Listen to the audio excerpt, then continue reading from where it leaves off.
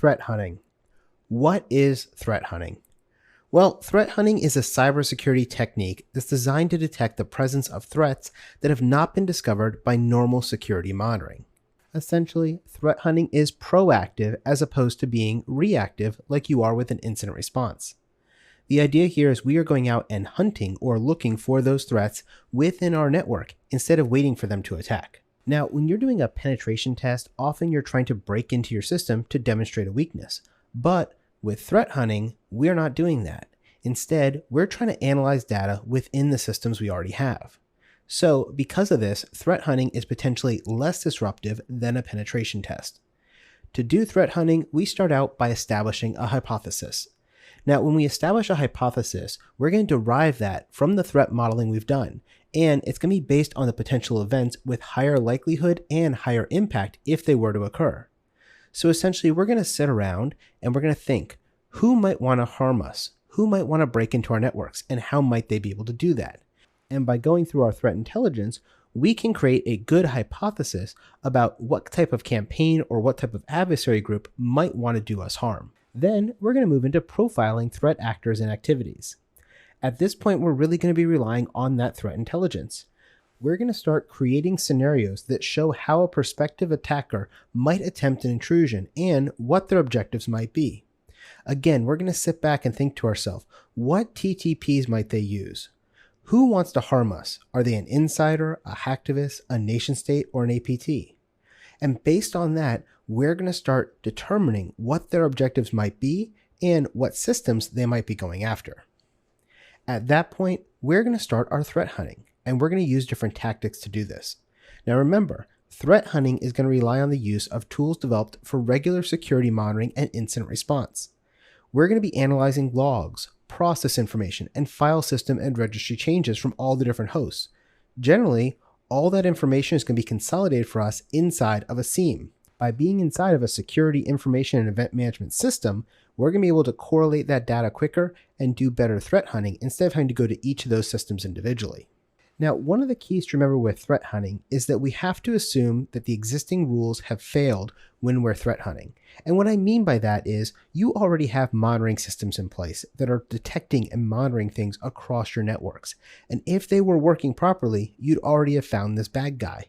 So when we're doing threat hunting, we're looking for those things that aren't detected, things that have bypassed the rules, things where the query isn't returning the data we expected it to. And that is really the crux of doing threat hunting. These tactics are developed around an awareness that the adversary is smart and they have good TTPs to try to avoid detection. And now we're going out and trying to detect them anyway. So that's the thing you have to remember when you're doing threat hunting, is that it is challenging and it is very difficult, but it is worth it. Let's take a quick example here. Let's say that we had threat intelligence that told us that Windows desktops in a lot of different companies have been infected with a new type of malware that's out there, and there's not any current malware definitions for it. Well, we can start threat hunting based on that threat information. What might we do? We might start with analyzing network traffic to determine if there's any outgoing traffic to some sort of a suspicious domain or some kind of a C2 server based on our threat research and reputational databases that we talked about previously. This will give us a list of different hosts that we might want to investigate further because they're the ones sending that traffic there. Then, when we look at those hosts, we might analyze the executable process list on those hosts, seeing what programs and services are being run and which ones were opening that network connection. Were these valid connections, or was this something that's suspicious that needs to be investigated further? If it is, we're going to move on to analyzing other infected hosts. And as we look at all these different infected hosts, we can start to see if there's any similarities between them. Are they all running the same malicious process? Or are they using different things to avoid detection?